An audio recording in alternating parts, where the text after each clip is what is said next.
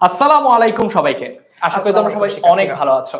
আজকে এসএসসি 25 ব্যাচের জন্য খুবই এক্সাইটিং একটা ক্লাস নিয়ে হাজির হয়েছি। আমি ফারহান। আর আমি আসলে ফার্স্ট ভাইয়া। আজকে আমরা বাংলা পড়বো। কারণ 10 এপ্রিল থেকে আমাদের বাংলা পরীক্ষাটা স্টার্ট হয়ে যাচ্ছে। সো আমরা এই বাংলা পরীক্ষার আগে সবকিছু তো এখন আর পড়ার সময় নেই। বাংলা পরীক্ষার আগে সবচেয়ে কমন যে ব্যাপারগুলো সেগুলো নিয়ে আজকে আলোচনা করব। মোস্ট ইম্পর্টেন্ট যে টপিকগুলো সেগুলো নিয়ে আলোচনা করব। আর কি কি থাকছে সেটা ফার্স্ট এখন তোমাদের সাথে অ্যাড করবে। তার আগে তোমরা একটু কমেন্টে লিখে জানাও যে তোমরা কে কোন স্কুল থেকে এই বছর এসএসসি পরীক্ষা অ্যাটেন্ড করছো। তোমাদের স্কুলের নামগুলো একটু কমেন্টে দেখতে চাই। ওকে, থ্যাংক ইউ ফারহান ভাইয়া। তো আজকের যে ক্লাসটা রয়েছে, আজকের এই ক্লাসে আমরা কিন্তু তোমাদের প্রায় 150টার মতো এমসিকিউ সলভ করাচ্ছি। যে এমসিকিউ গুলো সলভ করার মাধ্যমে তোমরা কিন্তু নিজের প্র্যাকটিসটা যাচাই করে নিতে পারছো, প্রিপারেশনটা যাচাই করতে পারছো, নাম্বার 1। নাম্বার 2, এই ক্লাস করার মাধ্যমে তোমরা একটা ফাইনাল এক্সক্লুসিভ সাজেশন পাবা, যে সাজেশনে 325টা এমসিকিউ রয়েছে এবং এর পাশাপাশি সিকিউতে কমন পাবার জন্য গ এবং ঘ এর একটা ওয়ান স্টপ সাজেশন আমরা দিয়ে রেখেছি। তার মানে আজকের একটি ক্লাস বাংলা প্রথম পত্রে তোমাদেরকে এ প্লাস পেতে আরো অনেক বেশি হেল্প করবে। ফারহান ভাই, এখন তোমাদের একটা কাজ আছে, সেটা হচ্ছে তোমরা যেমন কমেন্টে লিখছো যে কে কোন স্কুল থেকে জয়েন করেছো, তার পাশাপাশি এই লাইভটা শেয়ার দাও যাতে তোমার স্কুলের বন্ধুরা এবং তোমার অন্যান্য স্কুলের বন্ধুরাও জানতে পারে যে এখানে এত চমৎকার ভাবে আমরা একটা লাইভ ক্লাস অ্যারেঞ্জ করেছি, যাতে করে এসএসসি তে তোমরা সবাই এ প্লাস পেতে পারো। আরেকটা জিনিস একটু বলে নেই, সেটা হচ্ছে আজকের ক্লাসটা টোটাল আমরা 3 ঘন্টা নিব। 3 ঘন্টার প্রথম আড়াই ঘন্টাতে আমরা আমাদের যা কিছু এমসিকিউ গুলো এনেছি তোমাদের জন্য মোস্ট কমন অ্যানালাইজ করে বিভিন্ন স্কুলের যে টেস্ট, প্রি টেস্ট এবং বিগত বছরের বিভিন্ন বোর্ডের প্রশ্ন সেগুলো অ্যানালাইজ করে আমরা সবচেয়ে কমন এমসিকিউ গুলো এখানে এনেছি। তার পাশাপাশি শেষ আধা ঘন্টায় আমরা কিন্তু তোমাদের কিউএনএ একটা সেশন নিব, যেখানে তোমরা যারা পুরো ক্লাস জুড়ে থাকবা তাদের যে কোনো সমস্যা, যে কোনো প্রশ্ন যেটা 2 দিন পরে পরীক্ষা এখন সলভ না করলে আর হয়তো বা সলভ করানোর কোনো জায়গা থাকবে না, সেটা তোমরা জেনে নিতে পারবা। এখন একটু ফার্স্টে তোমাদেরকে বলে দিবে যে কোথা থেকে আজকের এই সাজেশন পিডিএফ এবং অন্যান্য জিনিসগুলো পাওয়া যাবে ফার্স্টে। ওকে, সো তোমাদেরকে খুবই সিম্পলি যদি বলি, আজকের যে সাজেশন পিডিএফটা রয়েছে, দেখো তোমাদের কমেন্ট সেকশনে কিন্তু অলরেডি একটা কমেন্ট পিন করে দেওয়া আছে। ওই পিন করা কমেন্টে গেলে কিন্তু তোমরা একটা গুগল ফর্ম পেয়ে যাবে, ফর্মটা ফিল আপ করবা, সাথে সাথে কিন্তু ফর্ম ফিল আপের পরপরই তোমরা সাজেশন পিডিএফটা পেয়ে যাচ্ছ। এছাড়া আমাদের কিন্তু এই সম্পূর্ণ যে সাজেশন পিডিএফটি রয়েছে, এর মাধ্যমে তোমার বাংলায় এ প্লাস করার জন্য তুমি কয়েক ধাপ এগিয়ে যাবে। তাই আমি সবাইকে বারবার বলছি, আজকের ফাইনাল এক্সক্লুসিভ সাজেশন কিছুতেই মিস করা যাবে না। অলরাইট, তাহলে যেহেতু পরীক্ষার আর খুব বেশি সময় বাকি নাই, চল ফার্স্টে আমরা পড়ানো শুরু করে দিই। আমরা ফার্স্টে একটু দেখি যে আমাদের কি কি আছে, আজকে ক্লাসে আমরা কি কি নিয়ে আলোচনা করব। সো টপিক ভিত্তিক সাজেশন নিয়ে আমরা আলোচনা করব, অর্থাৎ বিগত বছরে বিভিন্ন বোর্ডগুলোতে কোন টপিকগুলো এসেছে সেগুলো নিয়ে আমরা আলোচনা করব। তার পাশাপাশি আমরা ওএমআর কিভাবে পূরণ করতে হয়, অর্থাৎ খাতার বিভিন্ন নিয়মাবলী, যেটা যদি তোমরা ঠিকঠাক ভাবে না করো খাতা বাতিল পর্যন্ত হয়ে যেতে পারে, সেগুলো নিয়ে আমরা আলোচনা করব। এবং সবচেয়ে ইম্পর্টেন্ট 150টা এমসিকিউ আজকের ক্লাসেই আমরা সলভ করে ফেলবো। অলরাইট, সো তোমরা একটু কমেন্টে লিখে জানাও যে তোমাদের সকল বন্ধুরা ক্লাসে জয়েন করেছে কিনা, ক্লাসে বাকি বন্ধুদেরকে একটু মেনশন করে জয়েন করতে বলো। এবং আজকে যে সাজেশনটা আমি একটু তোমাদেরকে দেখাই যে আজকে টোটাল ক্লাস জুড়ে আমরা কি কি রেখেছি, আমি একটু তোমাদেরকে এক নজরে যদি দেখাতে চাই, তোমরা একটু দেখো আমাদের আজকে পুরো ক্লাসটা যদি তুমি করো, পুরো ক্লাসে কতগুলো এমসিকিউ রেখেছি, তারপর কত কিছু রেখেছি, সবকিছু কিন্তু তোমরা এখানে দেখতে পাচ্ছ। অলরাইট, সো ক্লাসটা করতে হবে। ক্লাসটা করলে কিন্তু আমরা আজকের সবকিছু একবারে পেয়ে যাব। আর ক্লাসের কমেন্ট সেকশনে একটা কমেন্ট পিন করে দেওয়া আছে, সেখানে তোমরা একটা ফর্মের লিংক পাবা একদম শুরুতেই। ওই ফর্মের লিংকটা ফিল আপ করলেই তোমরা খুব সহজে আজকে যে সাজেশন পিডিএফটা সেটা পেয়ে যাবা। ক্লাসের স্লাইডও পাবা, সেটার প্রসেসও আমরা এই পুরো ক্লাস জুড়ে বলে দেবো। তো চলো আমরা ফার্স্ট একটু দেখি কোন কোন বোর্ডে কোন কোন সিকিউ গুলো এসেছে বা কোন কোন জায়গা থেকে এমসিকিউ গুলো এসেছে, সেটা যদি একটু স্টার্ট করি। যেটা অলরেডি বললাম, আজকে ক্লাসে যে সাজেশন পিডিএফ পাওয়ার উপায় খুবই সহজ। কমেন্টে একটা ফর্মের লিংক দেওয়া আছে, ফর্মটা ফিল আপ করবা তোমার ফোন নাম্বার এবং অন্যান্য ডিটেইলস দিয়ে, তাহলে তুমি কিন্তু এই সাজেশন পিডিএফটা পেয়ে যাবা। অলরাইট, এইবার আমি যদি তোমাদেরকে গ্রুপের কথা বলি, আমাকে একটু তোমরা কমেন্টে জানাও তো যে আমাদের এই গ্রুপটাতে তোমরা কারা কারা আছো। আমাদের এই ব্যাচের জন্য, অর্থাৎ তোমাদের এসএসসি 25 ব্যাচের জন্য একটা ডেডিকেটেড পাবলিক ফ্রি গ্রুপ রয়েছে, SSC 25 free A plus suggestion group. এই গ্রুপটাতে কিন্তু আমরা সবাই মিলে বিশাল হই হই করি। এখানে আমাদের সকল পড়ালেখা, সকল suggestion, tips and tricks share করা হয়। সো যারা অলরেডি এই গ্রুপটাতে আছো তারা একটু কমেন্টে জানাও যে আমাদের এই গ্রুপটাতে আসলে মজা হয় কিনা এবং মজায় মজায় আমরা শিখতে পারি কিনা, যাতে করে তোমাদের যে সকল বন্ধুরা এখনো গ্রুপটাতে জয়েন করেনি তারা জানতে পারে যে এই ফ্রি পাবলিক গ্রুপটাতে জয়েন করলে এবং জয়েন না করার জন্য তারা এতদিন কি কি মিস করেছে এবং মিস করলে তারা কোন কোন জিনিসগুলো এনজয় করতে পারবে। ওকে, সো আর কথা বাড়াবো না, চলে যাচ্ছি টপিক ভিত্তিক সাজেশনে। আমরা টপিক ভিত্তিক সাজেশনের মধ্যে দেখতে পাচ্ছি প্রথমেই রয়েছে সুভা। তোমরা নিশ্চয়ই জানো যে তোমাদের সবচেয়ে ইম্পর্টেন্ট টপিকের মধ্যে একটা টপিক হচ্ছে সুভা। কোন কোন বছর, কোন কোন বোর্ডে, কোন কোন সালে এই প্রশ্নটা এসেছে। আমি এটা রিডিং পড়বো না, কারণ ক্লাসের স্লাইডটা তো তোমরা ইভেন্চুয়ালি পেয়েই যাবা। সো তোমরা একটু দেখো সুভাটা বিগত বছরের বোর্ড প্রশ্নগুলোর আলোচনা যদি দেখি তাহলে কত বেশি গুরুত্বপূর্ণ। আমরা কিন্তু এখানে স্টারও দিয়ে দিয়েছি, এটা 3 স্টার ইম্পর্টেন্ট। বুঝতে পেরেছি? ওকে, তারপরে একটু যদি দেখি বই পড়াটাও কিন্তু বিগত বছরগুলোর আলোচনা যদি দেখো, ঢাকা বোর্ডে এসেছে, কুমিল্লা বোর্ডে এসেছে, এবং যখন সকল বোর্ডের প্রশ্ন একই ছিল তখন এসেছে। এটা কিন্তু আমাদের 4 স্টার ইম্পর্টেন্ট একটা টপিক। একই রকম ভাবে যদি সামনে আগাই, অভাগীর স্বর্গ বিগত বছরগুলোতে একটু কম এসেছে অন্যগুলোর তুলনায়। তারপর যদি দেখি পল্লী সাহিত্য, এটাও সুভা কিংবা হচ্ছে অভাগীর স্বর্গের তুলনায় কিন্তু একটু কম এসেছে। বাট বিগত বছরগুলোতে অন্য টপিকগুলোর তুলনায় এটা একটু কম পরীক্ষা এসেছে, দ্যাট ডাজন্ট মিন যে তোমার এই বছর এটা আসার সম্ভাবনা কম। বরঞ্চ বিগত বছরগুলোতে যেহেতু এটা আসে নাই, এই জন্য এবার কিন্তু এটা এসে সংখ্যাটা একটা অনুপাতে আনার একটা সম্ভাবনা থাকতে পারে আর কি। ওকে, তারপর যদি দেখি আমাটির ভেপু, দেখো তোমরা মানুষ মোহাম্মদ সাল্লাল্লাহু আলাইহি সাল্লাম, নিমগাছ, সবগুলো থেকে কিন্তু বিগত বছরে কবে কখন কোন বোর্ডে প্রশ্ন এসেছে সেটা আমরা দিয়ে দিয়েছি। শিক্ষা ও মনুষ্যত্ব, দেখেছো শিক্ষা ও মনুষ্যত্ব কিন্তু অনেকবার বোর্ড পরীক্ষা এসেছে। সো এই ব্যাপারটা একটু আমাদের মাথায় রাখতে হবে। তারপরে এসেছে কি উপেক্ষিত শক্তির উদ্বোধন, এটাও অনেকবার এসেছে। প্রবাস বন্ধু। সো আমি একটু দ্রুত আগাবো এই জায়গাটা, কারণ এই সাজেশন পিডিএফটা পাওয়ার জন্য তোমাদের খুবই সহজ উপায় রয়েছে। কমেন্টে একটা ফর্মের লিংক দেওয়া আছে, সেই ফর্মের লিংকটা যদি তোমরা ফিল আউট করো তাহলে কিন্তু তোমরা এই সাজেশনটা পেয়ে যাবা। অলরাইট, আর পাশাপাশি আমাদের গদ্য শেষ, এবার পদ্যতে দেখো বঙ্গবাণী আমরা একটু কঠিন অনেকে মনে করি, বাট এটা দেখো পরীক্ষা অত বেশি আসে নাই কিন্তু। অপরদিকে কপোতাক্ষ নয়, কবিতাটা একটু কঠিন ও খটমটে এবং এটা অনেকবার পরীক্ষা এসেছে, তার মানে বুঝো এটা কিন্তু 4 স্টার ইম্পর্টেন্ট। জীবন সঙ্গীত, জুতা আবিষ্কার যদি একটু কম এসেছে, বাট জীবন সঙ্গীত কিন্তু মোটামুটি ভালোই এসেছে। মানুষ, দেখেছো আমরা অনেক সময় এই কোন কোন বছর বোর্ডে এখান থেকে প্রশ্ন এসেছে এটা না দেখার কারণে আমরা ভাবি যে আরে কপোতাক্ষ নদ, বঙ্গবাণী এগুলোই মনে হয় বেশি ইম্পর্টেন্ট, মানুষ এখান থেকে মনে হয় কবিতা প্রশ্ন আসে না, কিন্তু এখান থেকে কিন্তু অনেক প্রশ্ন এসেছে। দেখতে পেয়েছো? ওকে, সেই দিনে এই মার এখান থেকে প্রশ্ন আসে, পল্লী জননী থেকে প্রশ্ন আসে, তারপর হচ্ছে আশা আমি কোনো আগন্তুক নই, এখান থেকে অপেক্ষাকৃত একটু কম প্রশ্ন এসেছে।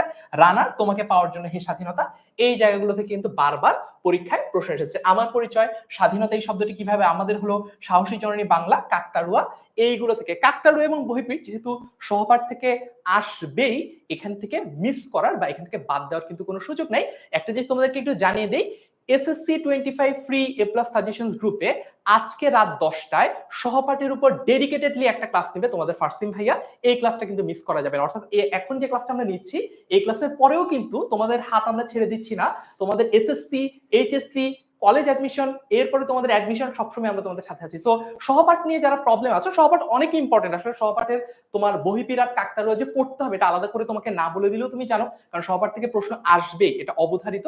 সো এইটা নিয়ে যারা এখনো প্রবলেম ফেস করছো তারা আজকে রাত 10টায় SSC 25 free A plus suggestions এই গ্রুপটাতে তোমাদের ফার্স্ট সেমিস্টার ক্লাসটা যদি মিস না করো তাহলে কিন্তু এই সাজেশন গুলো পেয়ে যাবে। ওকে, এখন আমরা আসবো হচ্ছে ওএমআর কিভাবে ফিল আউট করতে হয় এই জায়গাটায়। আমরা একটু যদি ইন দা মিন টাইম যদি কারো কোনো প্রশ্ন থাকে আমি একটু কয়েকজনের কমেন্ট পড়ি, তারপর আবার ওএমআর ফিল আউটে চলে যাব, তারপর আমরা চলে যাব হচ্ছে এমসিকিউ সলভ করাতে।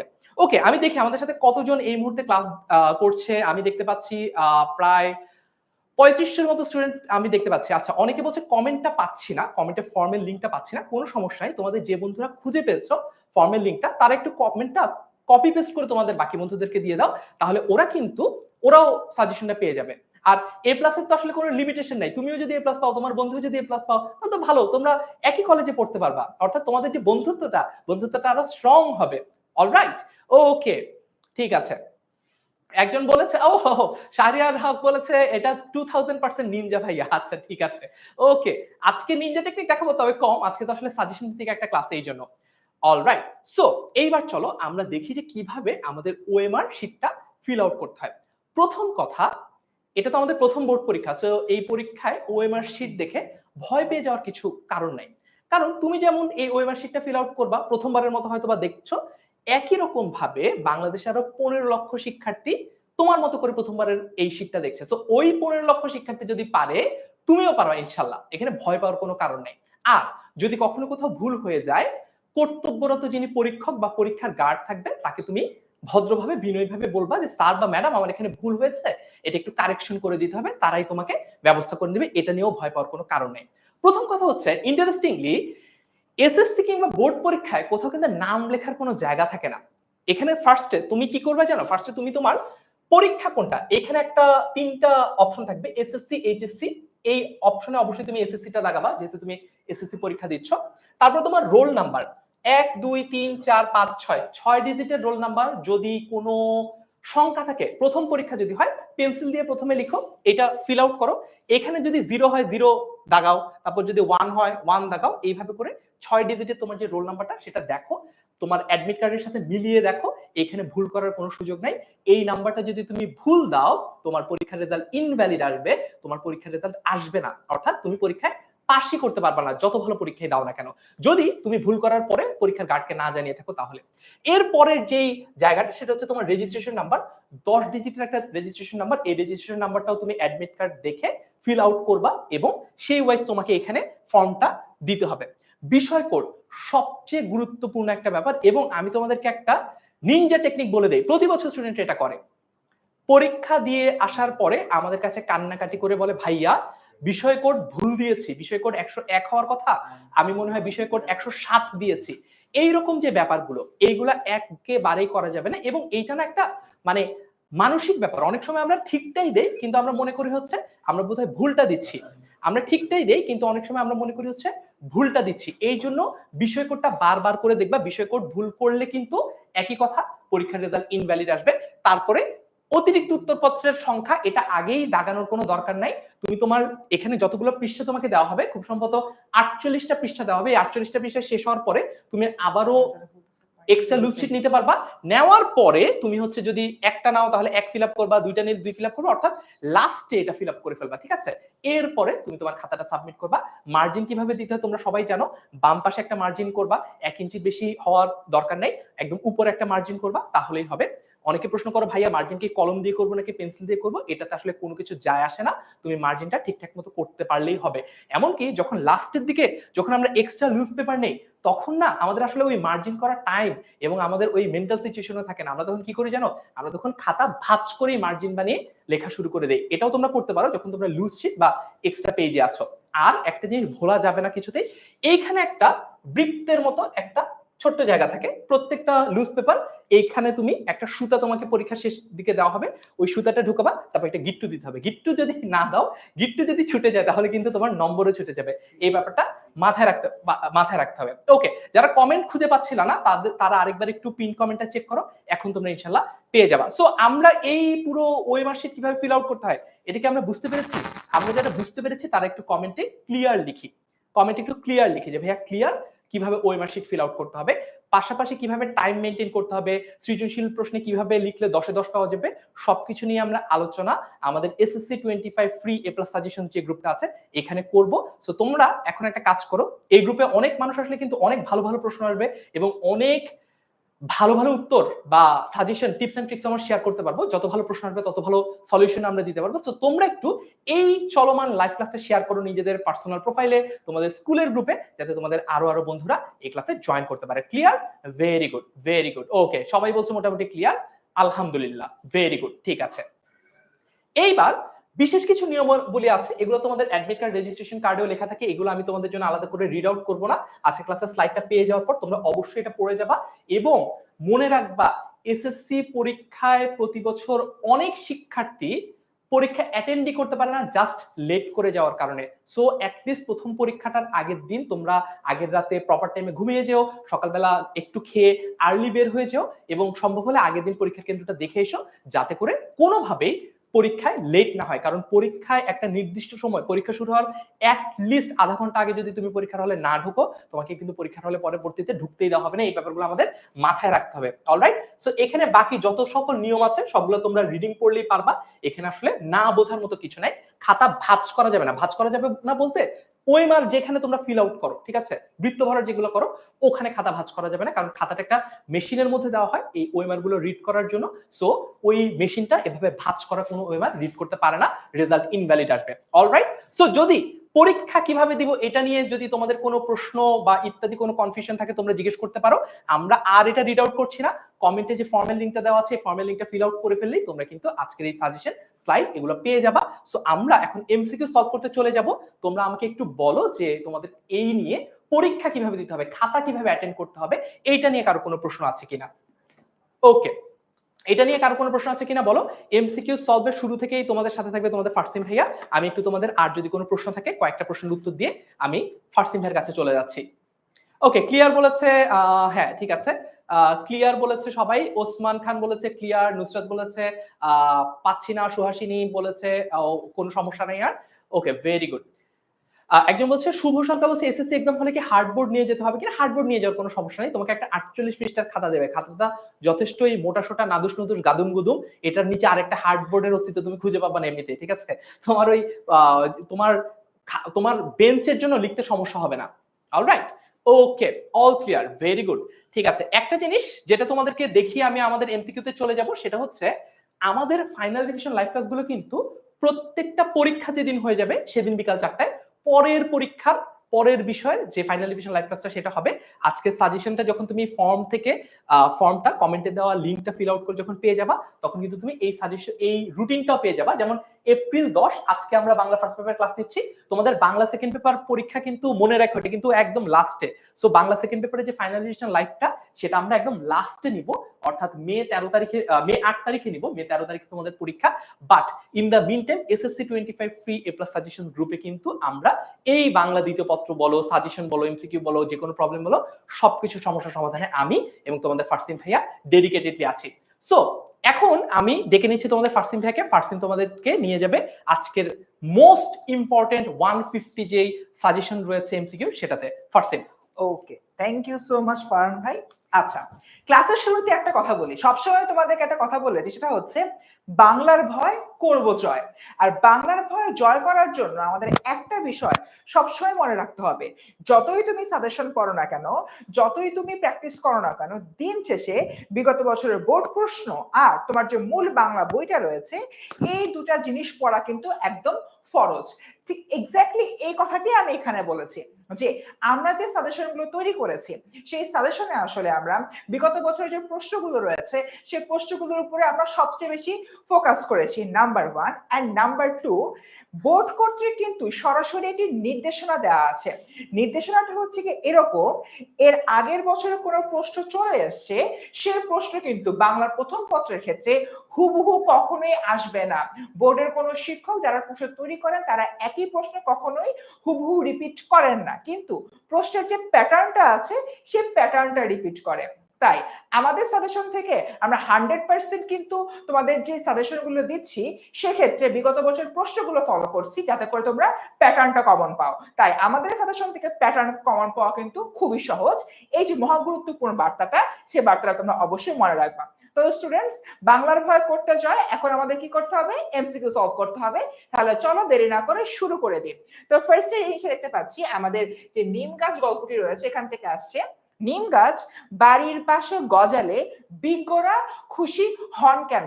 এটা দেখতে সুন্দর, এটা আকারে ছোট, এটা যত্ন নিতে হয় না, নাকি এটা উপকারী? কোনটা হবে কি তোমার অ্যান্সার? একটু কাইন্ডলি কমেন্ট সেকশনে জানিয়ে দাও।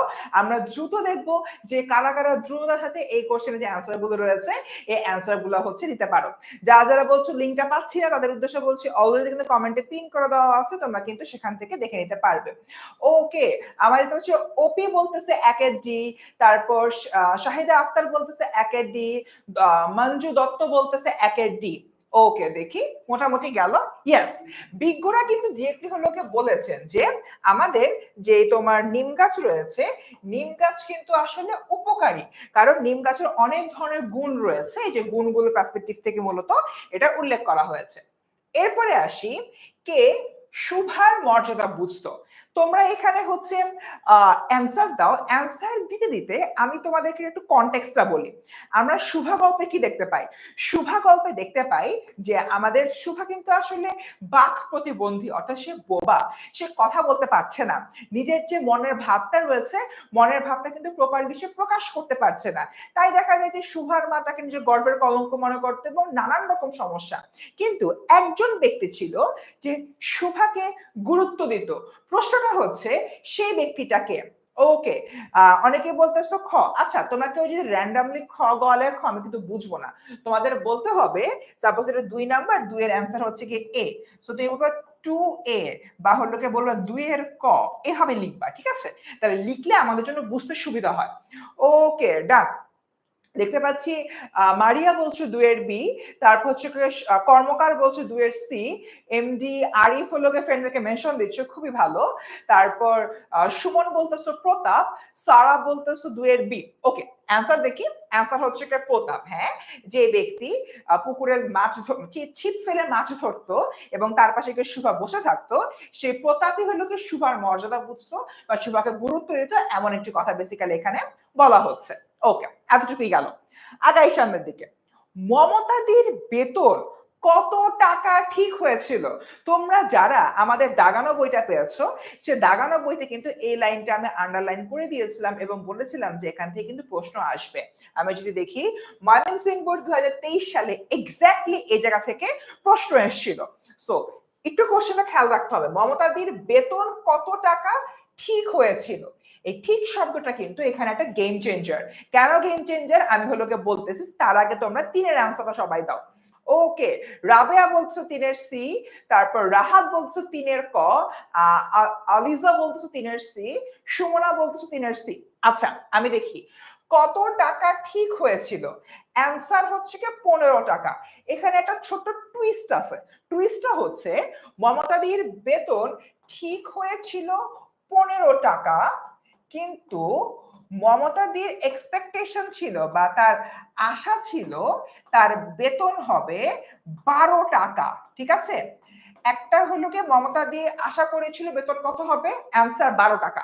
আরেকটা হলো ম্যাম মমতাদির বেতন কত টাকা ঠিক হয়েছিল বা নির্ধারিত হয়েছিল, অ্যান্সার হলো 15 টাকা। এই 12 টাকা আর 15 টাকার যে টুইস্ট আছে, টুইস্টটা কিন্তু অবশ্যই মাথায় রাখতে হবে, খুবই ইম্পর্টেন্ট এটা, না হলে কিন্তু পরীক্ষা হলে তোমরা একটু পেঁচিয়ে ফেলতে পারো। ওকে, এই প্রবলেমটা সবাই ক্লিয়ার? এই যে এখানে টুইস্ট আছে, টুইস্টটা আমরা সবাই বুঝতে পারছি। এইটা আনিশা মনে হয় বুঝতে পারছে, কারণ প্রশ্ন করা আসলে আনিশা হলো এটা কিন্তু রিপ্লাইটা অলরেডি দিয়ে দিছো, ভেরি গুড। দেখো বাচ্চারা, এই যে এই ধরনের টুইস্ট গুলা, এই ধরনের টুইস্টের জন্যই কিন্তু আমাদের এই লাইভ ক্লাসটা ইম্পর্টেন্ট। এই জন্য ফ্রেন্ডদেরকে মেনশন দাও এবং লাইভটা শেয়ার করে দাও। ওকে, এবার আসলে আমরা একটা উদ্দীপক পড়বো। ঠিক আছে, উদ্দীপক বেস বা বহুপদী সমাপ্তিসূচক যে প্রশ্নগুলো রয়েছে মাঝে মধ্যে পরীক্ষা হলে দেখলে মাথাটা ঘুরিয়ে যায়। বেশি বেশি প্র্যাকটিস করবো এই লাইফে এন্ড এটা সলভ করব। আগাই সামনের দিকে। কি বলছি, নাসির সাহেব একটি লাইব্রেরি গড়ে তোলেন, খুব ভালো কথা বলছে। এরপর কি বলছি, তিনি মনে করেন যথার্থ শিক্ষিত হতে হলে, কি বললেন, যথার্থ শিক্ষিত হতে হলে মনের প্রসারতা দরকার, যা বই পড়ার মাধ্যমেই সম্ভব। এই উদ্দীপকটার মধ্যে দুইটা কিন্তু পাঁচ লাইন আছে। একটা কি যথার্থ শিক্ষিত হতে হবে, আর একটা কি যা বই পড়ার মাধ্যমেই সম্ভব। ওকে, উদ্দীপকটি বই পড়ার প্রবন্ধের যে বিষয়ের সাথে সম্পর্কযুক্ত।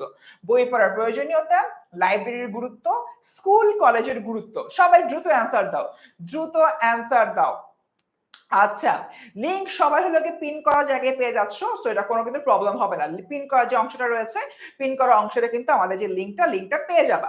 ঠিক আছে, 4 এর এ রাবেয়া। রাবেয়াকে আমি খুব সুপার ডুপার অ্যাক্টিভ দেখছি, আমার সবগুলো প্রশ্ন একদম সবার আগে অ্যান্সার দিচ্ছে রাবেয়া। রাবেয়া বলতো 4 এর এ। ঠিক আছে, এরপর দেখতে পাচ্ছি যে জুবায়ের বলছো 4 এর বি। ওকে, দেখতে পাচ্ছি আরো অনেক হলো কোশ্চেন করছো। ফৌজিয়া বলতেছো 4 এর এ। আচ্ছা, এইখানে আমি একটা নিনজা টেকনিক দেখাতে চাই। জি ভাই, শিওর। আচ্ছা, ফার্স্ট যদি দেয়, ঠিক আছে। সো আমরা সবাই এই ধরনের প্রশ্ন নিয়ে অনেক কনফিউজ থাকি না, যে বহুপদী সমাপ্তিসূচক প্রশ্ন 1 2 হবে নাকি 2 3 হবে, একটা বিশাল ঝামেলা এটা। সো আমার একটা খুব ভালো টেকনিক আছে, এটাকে বলা হচ্ছে প্রসেস অফ এলিমিনেশন। যারা আমাদের রেগুলার শিক্ষার্থী, বিশেষত যারা SSC 25 free A plus suggestion গ্রুপে আমাদের রেগুলার ক্লাস করো, তারা তো জানোই। যারা জানো না তাদের জন্য নতুন করে আমি একটু দেখাই দেই, আমাকে এসএসসি পরীক্ষার হলে গিয়ে ধন্যবাদ দিবা ফর শিওর। দেখো, আমরা এই ধরনের একটা প্রশ্ন পাওয়ার পরে আমরা যেটা করব, আমরা এটাকে ধরবো হচ্ছে স্টেপ 1। এটা কি? এটা হচ্ছে আমার স্টেপ 1। একটু সময় দাও, সমস্যা নেই। এটাকে ধরবো হচ্ছে আমরা স্টেপ 2। এটাকে ধরছি হচ্ছে আমরা স্টেপ 2। ফাইন। প্রথমে তুমি যেটা করবা স্টেপ 1 এ, অর্থাৎ যেখানে অপশন রোমান 1, রোমান 2, রোমান 3 দেওয়া আছে, তুমি দেখো এই রোমান 1, 2, 3 এর মধ্যে কোনটা ভুল। কি বললাম? স্টেপ 1 এ কোনটা ভুল? কোনটা ভুল বলো তো একটু দেখি। কোনটা ভুল? আচ্ছা, কোনটা ভুল দেখো এখানে বলো তো। ভুল কোনটা? বই পড়ার প্রয়োজনীয়তা, আমার মনে হয় এটা কারেক্ট। পারছেন, এটা কারেক্ট না? হ্যাঁ ভাই। লাইব্রেরির গুরুত্ব কারেক্ট না? লাইব্রেরির গুরুত্ব কারেক্ট। তাহলে ভুল কোনটা? ভুল কোনটা মনে হচ্ছে? স্কুল কলেজের যে গুরুত্ব, ফার্স্ট এটা কি আছে নাকি নাই? এটা একটু ওরাই বলতো ভাই। অপশন 3 কি? অপশন 3 কারেক্ট নাকি ইনকারেক্ট? সবাই একটু বলো অপশন 3 এটা কি সঠিক? স্কুল কলেজের গুরুত্ব এটা তো সঠিক হওয়া উচিত। কি বলো তোমরা? অপশন 3 কি মনে হচ্ছে? Very good. পারমিতা বলেছে অলরেডি। পারমিতা লস্কর বলেছে যে অপশন 3 টা ইনকারেক্ট, ভুল। ঠিক আছে, স্টেপ 1 ডান। কিন্তু স্টেপ 1 ফার্স্ট টাইম স্টেপ 1 আমাদের ডান। সেটা হচ্ছে আমরা ঠিক আছে। বের করতে পেরেছি 3 নাম্বার 3 রোমান 3 ভুল। ঠিক আছে, এইবার দেখো আমাদের নিনজা টেকনিক। নিনজা টেকনিক হচ্ছে এইবার তুমি দেখো স্টেপ 2 তে ক খ গ ঘর মধ্যে যে যে অপশনে অপশন 3 টা আছে সেটা কেটে বাদ দিয়ে দাও। সেটা কি করবা? কেটে বাদ দিয়ে দেবা। দেখি কতে অপশন 1 আর 2 আছে, 3 কি আছে? 3 নাই। সো এটাকে আমরা পেন্ডিং রাখলাম, আগেই দাগা ফেলার দরকার নাই, এত তাড়াহুড়া করার দরকার নেই। আগে গেলে কি খায়? বাঘে খায়, তাই তো? অপশন বি তে দেখো 1 আর 3 আছে, আমরা ঠিক করেছিলাম 3 ভুল, সো এটা হবে না, কেটে দিই। অপশন সি তে দেখো 3 আছে না? এই যে 3 আছে, 3 তো ভুল, 3 হবে না।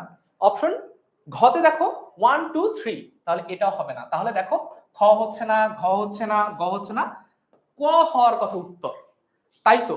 বুঝতে পেরেছো? এটাকে কি বলে? এটাকে বলা হচ্ছে প্রসেস অফ এলিমিনেশন। এবার তোমাদেরকে ফার্স্ট সিন দেখাবে। এতক্ষণ যে নিনজা টেকনিক আমি দেখালাম, এই নিনজা টেকনিকের ফলে যে উত্তরটা বের করে আনতে পেরেছি, সেই উত্তরটা কি সঠিক নাকি ভুল, এটা ফার্স্ট সিন দেখাক। আর তোমরা বাকিরা কমেন্টে বলো যে এই প্রসেস অফ এলিমিনেশনের মাধ্যমে এইভাবে আমরা প্রশ্নের উত্তর বের করতে পারবো কিনা বহুপদী সমাপ্তিসূচক প্রশ্নের। ওকে, এক্স্যাক্টলি। সো অবভিয়াসলি এটার অ্যান্সারটা 1 ও 2। তবে এখানে যে বিষয়টা ভাইয়া তো প্রসেস অফ এলিমিনেশন দেখালোই, বাট আমাদের যে মূল বইটা রয়েছে, বইয়ের প্রেক্ষাপটে কথা বললে যে আমরা যে যথার্থ শিক্ষিত হতে হয়, এই সেক্ষেত্রে বই পড়াটা অত্যন্ত গুরুত্বপূর্ণ। আর লেখক বা প্রাবন্ধিক তার এই সম্পূর্ণ প্রবন্ধে এই কথাটা কিন্তু বারংবার বলেছেন। সো যারা যারা 1 ও 2 বলেছো, তাদের সবার কিন্তু অ্যান্সার সঠিক হয়েছে। বাচ্চারা, আজকে একটা কাজ করলে কেমন হয়? আমি হলো কি প্রত্যেক 20টা প্রশ্নের পর পর জিজ্ঞাসা করবো যে কার কয়টা হলো, তখন কিন্তু তুমি হলো বলে দিবা যে ভাইয়া 20টার মধ্যে আমার 20টাই হয়েছে, 18টা হয়েছে বা 17টা হয়েছে। এর মাধ্যমে কিন্তু তুমি নিজেকেও যাচাই করে ফেলতে পারছো। মানে আজকেই বোঝা যাবে ফার্স্ট সিন, তাই না? যে কালকে এ প্লাস কারা কারা পাবে পরশু। এক্স্যাক্টলি। তোমরা যদি আজকে এই প্রসেসে পুরাটা টাইম ক্লাস করো, তাহলে কিন্তু আজকেই বুঝতে পারবা যে আগামী পরশুর এমসিকিউতে 30 এর মধ্যে 28 29 30 কারা পাচ্ছ। ঠিক আছে, আগাই তাহলে সামনের দিকে। সো এরপর দেখি বই পড়ার প্রবন্ধে যে দিকটি উদ্দীপকে প্রকাশিত হয়েছে, অর্থাৎ উদ্দীপকে কি বলছে যে তিনি লাইব্রেরি প্রতিষ্ঠা করছেন এবং তিনি মনে করেন বই পড়ার জন্য আমার লাইব্রেরির প্রয়োজন রয়েছে এবং আমার যথার্থ শিক্ষিত হওয়া যায় বই পড়ার মাধ্যমে। প্রশ্ন হচ্ছে বই পড়ার প্রবন্ধে যে দিকটি উদ্দীপকে প্রকাশিত হয়েছে, সাহিত্যের সার্থকতা, লাইব্রেরির গুরুত্ব, সাহিত্য চর্চার গুরুত্ব নাকি হাসপাতালের গুরুত্ব? দেখো বাচ্চারা, একটু কোশ্চেনটা আর উদ্দীপকটা সামান্য মনোযোগ দিয়ে পড়লে অ্যান্সার পাওয়া যায়। বোর্ডের প্রশ্নের মজার বিষয় হচ্ছে কি এইটা, তোমার স্কুলের মতো তো কঠিন হয় না এবং যে কোশ্চেনটা রয়েছে কোশ্চেনের মধ্যেই কিন্তু অ্যান্সারটা বিদ্যমান থাকে। এই জিনিসটাই তোমাদেরকে বারংবার বলছি। ওকে, আনিকা বলছে 5-এর বি, তারপর ইশরাত বলতেছে 5-এর বি, রাখি শীল বলতেছে 5-এর বি, তারপর হচ্ছে তোহা বলছে 5-এর বি। দেখি, দ্য অ্যান্সার ইজ লাইব্রেরির গুরুত্ব। হ্যাঁ, আমি বই পড়বো, বই পড়তে আমার অবশ্যই লাইব্রেরিতে যেতে হবে, যেখানে আমার পাঠ্য বইয়ের বাইরে আরো অসংখ্য বই থাকে, যেটার মাধ্যমে নিজের জ্ঞানটা রয়েছে, জ্ঞানকে আমি আরো প্রসার করতে পারবো। ওকে, আর এই সামনের দিকে এরপরে আমরা চলে আসবো আম আঁটির ভেঁপু যে গল্পটি রয়েছে, এই গল্পে এখানে আমরা অপু, দুর্গা, সর্বজয়া এই যে ক্যারেক্টার গুলো রয়েছে এদেরকে নিয়ে টুকটাক আসে এমসিকিউ সলভ করি। তো ফার্স্টে আমি কি দেখতে পাচ্ছি, আম আঁটির ভেঁপু গল্পে কি ফুটে উঠেছে? প্রাকৃতিক বৈচিত্র্য, সামাজিক জীবন, মুক্ত জীবনের প্রতি আসক্তি নাকি প্রকৃতির সাথে জীবনের মিল?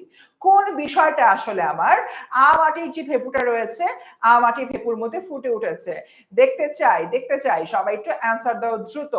ওকে, তো দেখতে পাচ্ছি যে তোমরা অনেকে অ্যান্সার দিচ্ছ। আর্নব এখনো 5 নম্বরে পড়ে আছো।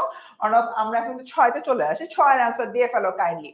আচ্ছা, সো দেখি মেহেদি বলছো 6 ডি, তারপর এতে পাচ্ছি আফরিন বলছো 6 ডি, মাহির বলছো 6 ডি, কাকুলি বলছো 6 ডি, বালা বলছো 6 ডি। দেখি হ্যাঁ অবভিয়াসলি প্রকৃতির সাথে জীবনের মিল।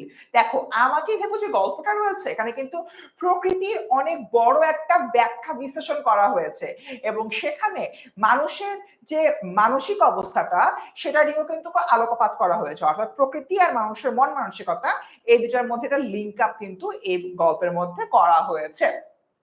ওকে, এবার দেখি আমরা চলে আসলাম প্রবাস বন্ধু রচনায় আব্দুর রহমান, যে আব্দুর রহমান ক্যারেক্টারটা ছিল তার মধ্যে কি ফুটে উঠেছে? সরলতা, দেশপ্রেম, আতিথেয়তা, নাকি হচ্ছে কি তিনটাই? ওকে, সবাই একটু ভাইয়া একটু আগে তোমাদেরকে প্রসেস অফ এলিমিনেশন এই জিনিসটা শিখালো, ওই প্রেক্ষাপট থেকে তোমরা অ্যান্সার দিতে পারবে, তাই না? আমি এখন কিন্তু কোনো এলিমিনেশন দেখাচ্ছি না বা এমন কোনো কিছুই করছি না, জাস্ট হলো তোমাদেরকে অ্যান্সার দিতে বলছি, কারণ তোমরা অলরেডি নিয়মটা শিখে ফেলেছো। আর এর ফাঁকে তোমাদের কাছে কথা বলি, আজকের ক্লাসটা কিন্তু আমাদের 3 ঘন্টার, অর্থাৎ 4টা থেকে 7টা পর্যন্ত চলবে।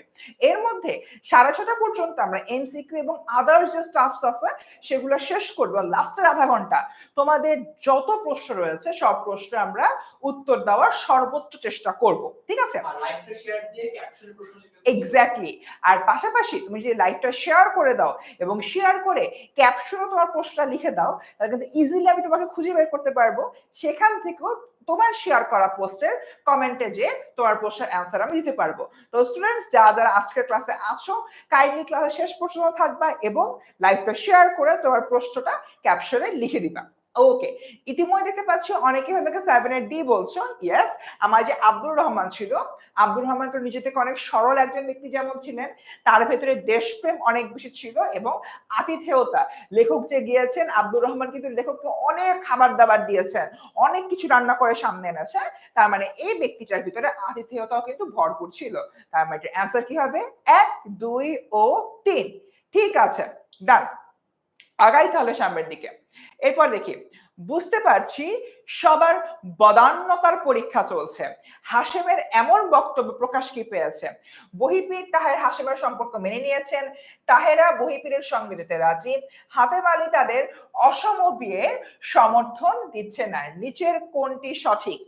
নিচের কোনটি সঠিক? তোমরা এটা অ্যান্সার দাও। এর মধ্যে আমি তোমাদেরকে এখানে একটা বাংলা টনিক শেয়ার করি। সেটা কি? সেটা হচ্ছে আমরা একটা বিষয় নলেজ কনফিউজ থাকি যে হাশেম আর হাতেম এই যে বাপ বেটা, এই বাপ বেটার মধ্যে বাপকে আর বেটাকে, আমরা সবাই কিন্তু এই জিনিসটা নিয়ে খুব বেশি কনফিউজ থাকি। ওকে, সবসময় হচ্ছে আমি এটা যেভাবে শিখাই তোমাদেরকে, দুজনের নাম আগে আমাদের লিখতে হবে, ঠিক আছে? আমি দুজনের আগে নাম লিখি, একটা হচ্ছে গিয়ে হাতেম আর একটা হচ্ছে গিয়ে তোমার হাশেম।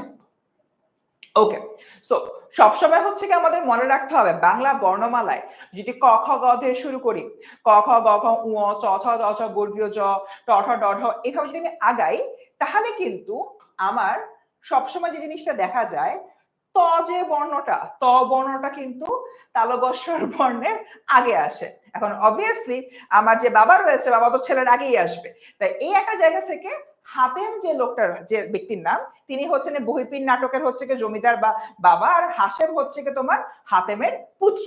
এই যে বিষয়টা, এটা কিন্তু আমাদের মাথায় রাখতে হবে। ফারান ভাই উঠছে আমার ডান পাশ থেকে, ভাই মানে কিছু বলতে চাচ্ছে। আমার একটা নিনজা টেকনিক আছে।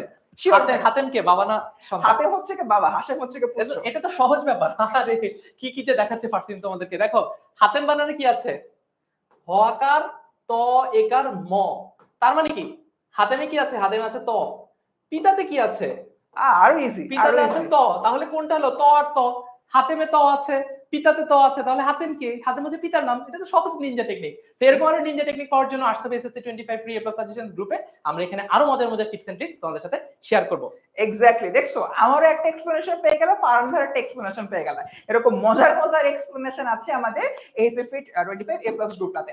ওকে, সো আমরা মোটামুটি বাপ কোনটা বেটা কোনটা চিনে ফেললাম, এবার অ্যান্সার দিই আমরা, ঠিক আছে? সো দেখি 8 এর অ্যান্সার তোমরা কি কি বলছো, এতক্ষণ ধরে খেয়াল করি নাই।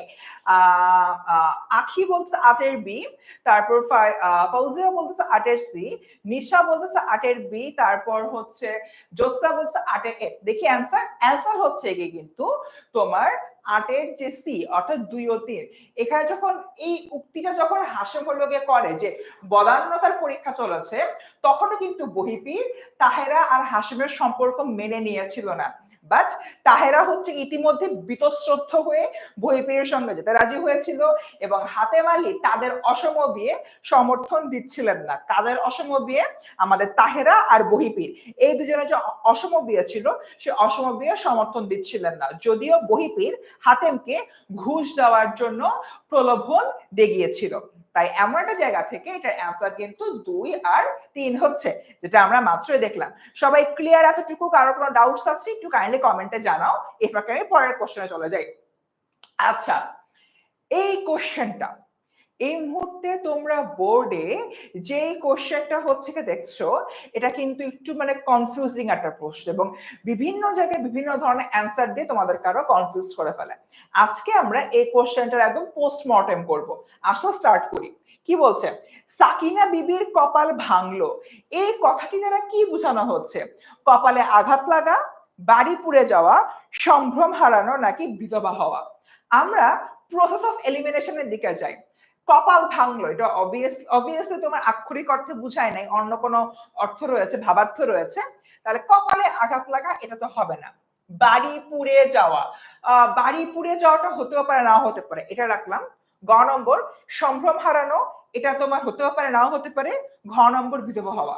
অর্থাৎ খ গ ঘ এর মধ্যে তিনটাই হতে পারে। এবার যদি আমি আমাদের কবিতার দিকে তাকাই, সেখানে কিন্তু আসলে বাড়ি পুড়ে যাওয়ার কোনো ঘটনা আমরা দেখি না, তাই এই অপশনটা অবাক রইল। বাকি কি? সম্ভ্রম হারানো, অর্থাৎ নিজের যে সম্মান রয়েছে সে সম্মান নষ্ট হওয়া, এবং আরেকটা হচ্ছে বিধবা হওয়া। ঠিক আছে, এই একটা জায়গা থেকে আমি তোমাদেরকে বলি, এই কবিতার মধ্যে বলা হয়েছে সাকিনা বিবির কপাল ভাঙলো, এবং আরেকটা লাইন যেরকম এরকম দেওয়া আছে, সিথির সিঁদুর, সিথির সিঁদুর মুছে গেল, সিথির সিঁদুর মুছে গেল হরিদাসীর। সো এইরকম একটা জায়গা থেকে আমি যদি হচ্ছে কি চিন্তা করি, আমার এখানে কি হচ্ছে, এখানে আসলে যে হরিদাসী রয়েছে, হরিদাসীর কিন্তু বিধবা হওয়ার বিষয়টা বোঝাচ্ছে। তার মানে কি হবে? সাকিনা বিবির সম্ভ্রম হারানো হয়েছে বা সম্মান নষ্ট হয়েছে, এমন কিছু একটা জিনিস হবে। অ্যান্সার দেখি। আচ্ছা, সো এই বিষয়টা এখানে কিন্তু মূলত বলা হচ্ছে। সো আমরা এই যে বিষয়টা মাথায় রাখবো যে এখানে কি বোঝানো হচ্ছে, এখানে তোমার সাকিনা বিবির যে সম্ভ্রম হারানোর বিষয়টা সেটা মূলত দেখানো হয়েছে। ওকে, ডান। আমরা তাহলে এবার সামনের দিকে এগিয়ে যাই। এখানে কি দেখানো হচ্ছে? মানুষ মোহাম্মদ সাল্লাল্লাহু আলাইহি ওয়াসাল্লাম যে প্রবন্ধটি রয়েছে, এই প্রবন্ধ থেকে আসলে তোমার একটা হলো প্রশ্ন আসছে। সো এখানে কি দেখি, এই প্রবন্ধে সুমহান প্রতিশোধ বলতে কি বোঝানো হচ্ছে? আমরা যারা এখানে ইসলাম ধর্মাবলম্বী রয়েছে, সে ইসলাম ধর্মাবলম্বী মানুষরা কিন্তু একটা হলো গুরুত্বপূর্ণ বিষয় জানি, এটা হচ্ছে আমরা কিন্তু সব সময় নিজেদেরকে তোমার মানে অপরকে ক্ষমা করতে পছন্দ করি, এবং আমরা যদি হলো গিয়ে চিন্তা করি মানুষকে ক্ষমা করতে চাওয়ার যে একটা বিষয়, সেই বিষয়টা কিন্তু এখানে বলা হচ্ছে। সো দেখো, মানুষ মোহাম্মদ সাল্লাল্লাহু আলাইহি ওয়াসাল্লাম প্রবন্ধে মহানবী সাল্লাল্লাহু আলাইহি ওয়াসাল্লাম সুমহান প্রতিশোধ বলতে আসলে তোমার কি বোঝাচ্ছেন? সুমহান প্রতিশোধ বলতে কি বোঝানো হচ্ছে? দেখি, দয়ার মনোভাব, ক্ষমাশীলতা, প্রতিশোধ পরায়ণতা। অবভিয়াসলি যখন আমি সুমহান প্রতিশোধের কথা বলছি, যে প্রতিশোধটা হচ্ছে গিয়ে অনেক বেশি তোমার মানে ভালো হবে, সেই জায়গা থেকে কি হবে অ্যান্সার? দয়ার মনোভাব আর ক্ষমাশীলতা, অর্থাৎ অপশন 1 ও 2। ঠিক আছে, সো দেখো এটার অপশন কিন্তু এমসিকিউতে 1 এবং হচ্ছে গিয়ে 2। ওকে, 9 এর অ্যান্সার তোমাদেরকে বলে দিয়েছি সি, অর্থাৎ সম্ভ্রম হারানো। 9 এর অ্যান্সার তোমাদেরকে বলে দিয়েছি সি, সম্ভ্রম হারানো। ঠিক আছে, আমরা 10 নাম্বার সবাই কিন্তু পড়ে ফেললাম, 10 এর এ ডান। আগাই সামনের দিকে। এরপর দেখি যে রানার কবিতাটা, এই কবিতাটা কিন্তু তোমাদের সিকিউর জন্য, রানার কবিতা থেকে কিন্তু প্রত্যেক বছরই কোনো না কোনো ভাবে সিকিউ চলে আসে। তাই এই কবিতাটা পার্সোনালি আমি সবসময় তোমাদেরকে সিকিউর জন্য হলো এমফাসাইজ করে থাকি যে হলো কে পড়বা। ওকে, এবার হলো কে আসি আমরা সামনের দিকে। আমরা হলো এখানে কি দেখি, রানার কবিতায় নতুন দিনের প্রত্যাশা প্রকাশ পেয়েছে কোন কথায়? সহানুভূতির চিঠি, শপথের চিঠি, আকাশ হয়েছে লাল, দেখা দেবে বুঝি প্রভাত এখনই। এখানে দেখো, এখানে আমরা 11 নম্বর প্রশ্নে কি বলতেছে, নতুন দিনের প্রত্যাশা, অর্থাৎ নতুন দিন আসতেছে, সেই নতুন দিনের প্রেক্ষাপট থেকে যদি হচ্ছে কি আমি চিন্তা করি, সেটার কথা নিয়ে এখানে মূলত কথাবার্তা বলা হচ্ছে। সবাই একটু হলো কি আমরা দেখি রানার কবিতায় নতুন দিনের প্রত্যাশা বলতে আসলে তোমার কি বোঝানো হচ্ছে, অ্যান্সার দাও। ওকে, মুন বলতেছে 11 এ, সাইমা বলতেছে 11 বি। ওকে, সুরভি আদিবর এখন 10টি অ্যান্সার করতেছে। তারপর হলো গিয়ে আবিদ বলতেছে 11 এ, ওমর বলতেছে 11 এ, ফৌজিয়া বলতেছে 11 ডি। আচ্ছা দেখি রানার কবিতার নতুন দিনের প্রত্যাশা, দেখো দেখা দেবে বুঝি প্রভাত এখনই, নতুন দিনের প্রত্যাশা, নতুন দিন এর সাথে প্রভাত, এই জিনিসটা কিন্তু তোমার কানেক্টেড, অর্থাৎ আমার প্রভাত হলে কি নতুন একটা দিন শুরু হয়, ঠিক তেমনি নতুন দিনের প্রত্যাশা বলতে আসলে সকাল বা প্রভাতের যে বিষয়টা সেটাই কিন্তু ইন্ডিকেট করা হচ্ছে। গেল, এরপর দেখি নিচের কোন রচনাটি আলাদা শ্রেণীর, এটা কিন্তু একটু পেচিলা আছে, নিচের কোন রচনাটি আলাদা বা ডিফারেন্ট হলো কি একটা শ্রেণীর, এটা কিন্তু আমাদের বুঝতে হবে। ওকে, আমরা একটু দেখি তোমার 12 নাম্বার, 12-র অ্যান্সার সবাই দাও, আমি একটু ফাঁকে জিনিসটা নিয়ে বলি। দেখো তোমাদের পাঠ্য বইতে শুভা একটা গল্প লিখলাম, নিম গাছ একটা ছোট গল্প, মমতা দিয়েও কিন্তু একটা গল্প, শুধুমাত্র বই পড়া হচ্ছে কি একটা প্রবন্ধ। তার মানে এই অপশনের মধ্যে খ গ ঘ তিনটাই যেহেতু গল্প আর ক যেহেতু হলো গিয়ে তোমার প্রবন্ধ, তার মানে এখানে আমি কি দেখতে পাই, এটার অ্যান্সার হবে কি নিচের কোনটি আলাদা শ্রেণীর, অ্যান্সার হচ্ছে কি তোমার বই পড়া হচ্ছে কি তোমার আলাদা শ্রেণীর একটা রচনা। গেল, এরপর দেখি লেখক জাহানারা ইমামের গ্রামের নাম কি। আচ্ছা, গত কয়েকদিন আমাদের SSC 25 free A plus suggestions যে গ্রুপটা রয়েছে, এই গ্রুপে একটা প্রশ্ন বারবার আসছে যে ভাইয়া 32টা গল্প কবিতার লেখক লেখিকার নাম কিভাবে মনে রাখবো, এইটা কিভাবে মনে রাখবো, সেটা কিভাবে মনে রাখবো, হাজারটা প্রশ্ন, সবাইকে অ্যান্সার দিয়েছি, বাট এই অ্যান্সারটা তোমাদেরকে এখন দিয়ে দিই।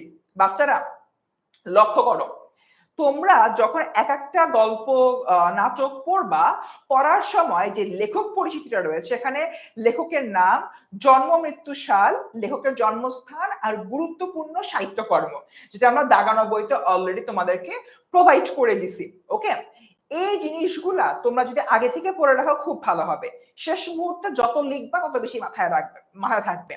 এখন তোমার মনে করে এরকমও কোনো কন্ডিশন না, অবস্থা খুবই খারাপ, তাহলে কি করবা, আমাদের সাজেশনে যতগুলা লেখকের সম্পর্কে তথ্য দেওয়া আছে, এমসিকিউ দেওয়া আছে, সেগুলো সলভ করো, টেস্ট পেপারের এমসিকিউ গুলো সলভ করো লেখক পরিচিতি থেকে, তাহলে হবে 100তে 100 একটা প্রিপারেশন। ওকে, সো এই বিষয়টা আমরা মাথায় রাখবো, কারণ লেখক পরিচিতি থেকে কিন্তু অ্যাকচুয়ালি প্রশ্ন আসে, অনেক সময় আমরা পড়ি না, না পড়লে তো হবে, লেখক পরিচিতি আমি তো পেরেই যাব, বাট না, এটা কিন্তু পড়তে হবে। দেখো জাহানারা ইমামের গ্রামের নাম কি, অ্যান্সার হচ্ছে তোমার সুন্দরপুর। ওকে, লেখক জাহানারা ইমাম সুন্দর সুন্দর গল্প কবিতা লিখতেন, তার গ্রামের নাম ওটাই সুন্দরপুর। ঠিক আছে, একদম একটা চটকদার টেকনিক শিখিয়ে দিলাম। আগাই সামনের দিকে, এমসিকিউ 14, পল্লী সাহিত্য প্রবন্ধে, পল্লী সাহিত্য যেখানে আসলে গ্রামীণ যে সাহিত্য রয়েছে, গ্রামীণ যে কলা রয়েছে, সেই কলা নিয়ে কিন্তু আলোচনা করা হচ্ছিল।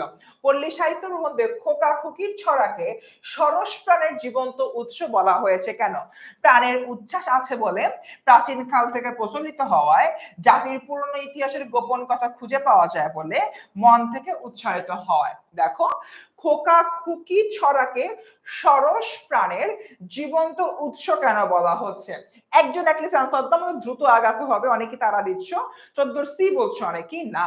দেখো এখানে কি বলতেছে, ছড়াকে সরস প্রাণের, অর্থাৎ তোমার প্রাণকে উজ্জীবিত করছে, তোমার প্রাণে নতুন কিছু বার্তা পৌঁছাচ্ছে, এই একটা জায়গা থেকে অ্যান্সার হবে কি ঘ, যে মন থেকে উৎসারিত হওয়া, তোমার মন থেকে এই ছড়াগুলো আসে, ওই ছড়াগুলো নিয়ে তুমি পরবর্তীতে আলাপ আলোচনা করো। ঠিক আছে, এরপর আমরা চলে আসলাম প্রবন্ধে, অর্থ চিন্তার মুক্তি থেকে পেতে হলে করণীয় কি। শিক্ষার প্রয়োজনীয় দিকে গুরুত্ব দেওয়া, মূল্যবোধ জাগ্রত করা, লক্ষ্য সম্বন্ধে সচেতন থাকা, নাকি অন্য চিন্তার সমাধান করা? একটু বুঝতে হবে, এটার কিন্তু বিশাল একটা ব্যাখ্যা রয়েছে। এই এমসিকিউতে আমাদের একটু টাইম যাবে। 15 নাম্বার, অর্থ চিন্তা থেকে মুক্তি পেতে হলে কি করণীয়? অর্থ চিন্তা থেকে মুক্তি পেতে হলে আসলে কি করণীয়? ওকে, সবাই হচ্ছে আমাকে 15 অ্যান্সার দাও। 15 নাম্বার যারা হচ্ছে গিয়ে তোমরা আছো এখানে দ্রুত 15 নাম্বারের অ্যান্সার দিয়ে ফেলো।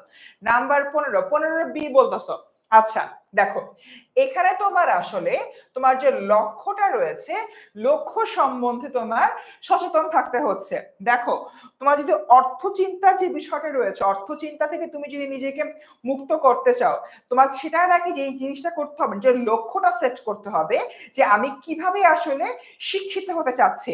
আমি যদি এই লক্ষ্যটা সেট করতে পারি তাহলে আমার মূল্যবোধটা জাগ্রত হবে, এবং আমি কিন্তু শিক্ষার যে প্রয়োজনীয় আর অপ্রয়োজনীয় দিকটা রয়েছে এর মধ্যে অপ্রয়োজনীয় দিকটা নিয়ে কিন্তু বেশি কাজকর্ম করব, এবং এই জিনিসটা এখানে কিন্তু বলা হচ্ছে।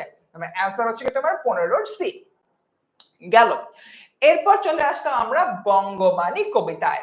বঙ্গবাণী কবিতায় কবি কাদেরকে দেশ ত্যাগের কথা বলেছেন, অর্থাৎ দেশ থেকে চলে যেতে বলেছেন? বঙ্গবাণী কবিতায় কবি কাদেরকে দেশ ত্যাগের কথা বলেছেন? বাংলা ভাষাকে যারা হিংসা করে, মারফত জ্ঞান নাই যার, যাদের বই পড়ার অভ্যাস নেই, ভিনদেশি ভাষাপ্রেমী যারা। অর্থাৎ একদল বাংলা ভাষাকে হেট করছে, একদলের হচ্ছে কোনো প্রকার জ্ঞান নাই বা নলেজ নাই, একদল হচ্ছে গিয়ে বই পড়তেই জানে না, এবং আরেক দল হচ্ছে গিয়ে তোমার বিদেশি ভাষাপ্রেমী যারা। ঠিক আছে, এবার হলো একটু আমাকে বলো, আই হাই রয় চক্রবর্তী বলছে যে এটা কি রেকর্ডেড ক্লাস কিনা? এটা কিভাবে রেকর্ডেড ক্লাস হতে পারে? এত গুরুত্বপূর্ণ একটা লাইভ চলছে, এটা মোটর রেকর্ডেড ক্লাস না, ডিরেক্ট লাইভ ক্লাস দিচ্ছি আমরা। আচ্ছা, এটা কিন্তু একটা গুরুত্বপূর্ণ প্রশ্ন। ফাহাদ সাকিব ভাই ডান পাশ থেকে বলে দিয়েছে যে আজকের এই ক্লাসটার রেকর্ডেড ভার্সনটা কোথায় পাবা। দেখো, আমাদের কিন্তু অলরেডি একটা ফাইনাল ডিভিশন লাইভ কোর্স আছে, ওই কোর্সেই কিন্তু আমাদের আজকের এই ক্লাসের রেকর্ডেড ভার্সনটাও আমরা তোমাদেরকে দিয়ে দিচ্ছি। তো তোমরা খুব সহজেই আমাদের যে সাজেশন পিডিএফটা রয়েছে, সেই সাজেশন পিডিএফ এর সেকেন্ড পেজে এই রেকর্ডেড ক্লাসটা কোন জায়গায় পাচ্ছ সেটা লিংক দেওয়া আছে। তো লিংকটা ক্লিক করলে একদম ঠাস করে ওই পার্টিকুলার জায়গা তোমরা চলে যেতে পারবা। ঠিক আছে, ডান। তো আগে সামনের দিকে, এটা খুবই সোজা। বঙ্গবাণী কবিতায় কবি কাদেরকে দেশ ত্যাগের কথা বলেছে? আনসার হচ্ছে কি বাংলা ভাষাকে যারা আসলে হিংসে করে, যারা মনে করে যে না বাংলা ভাষার হচ্ছে মানে এই ভাষাটা অ্যাকচুয়ালি চলে না, যারা হিংসা করছে তাদের কথা মতো বলা হচ্ছে এখানে। ওকে, সো এরপর যদি হলো যে আমরা দেখি, আমাদের অনেকক্ষণ ধরে পড়লাম, আমরা অনেকগুলো এমসিকিউ সলভ করলাম, তাই না? এখন তোমাদের জন্য একটা কোশ্চেন যে ভাইয়া হোয়াটস আফটার এসএসসি এক্সামিনেশন? এসএসসির পরে কি মানে আমরাও ঘুমায় যাব, আপনারা ঘুমায় যাবেন, কারোর কোনো চিন্তা ভাবনা নেই, বিন্দাস? না, নট লাইকলি। বিষয়টা এমন না, বরঞ্চ এসএসসির পরে তোমাদের জন্য আমরা চারটা ফ্রি কোর্স নিয়ে আসতেছি।